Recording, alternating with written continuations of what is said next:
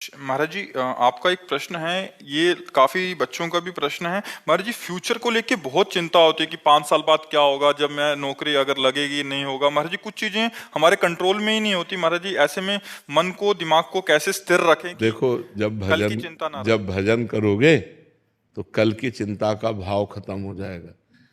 ना कोई फीस है, किसी से किसी तरह की कोई फीस, और ना कभी ऐसे मांगना है।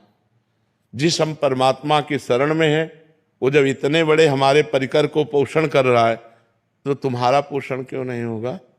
तुम कल के लिए चिंतित क्यों हो? क्योंकि तुम्हें परमात्मा का आश्रय नहीं स्वीकृत है, तुमने भगवान को अपना मालिक नहीं माना। तो फिर जैसे जहाज ना हो और तैरना ना आता हो, फिर नदी में उसकी हालत क्या होगी, समुद्र में हालत क्या होगी उसकी, वैसी हालत है आप लोगों की। ना तो आपके अंदर ज्ञान है और ना भगवान का भरोसा है।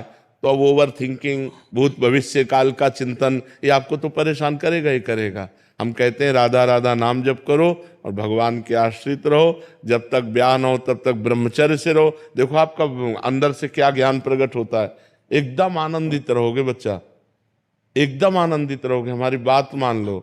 अगर हम भगवान के सहारे हैं तो हम आपको बार बार कहते हैं किसी भी बात की कमी नहीं है और किसी को चिंता नहीं। इनको इसलिए चिंता नहीं कि महाराज जी बैठे हैं, हमको इसलिए चिंता नहीं कि भगवान है। सब एक दूसरे के आश्रित होकर भगवान का आश्रय ला, किसी को कोई चिंता नहीं। आप चिंतित क्यों हो रहे हैं? अपने लिए परेशान क्यों हो रहे हैं? हम कहते हैं आप ब्रह्मचर्य रह के देखो और नाम जप करो,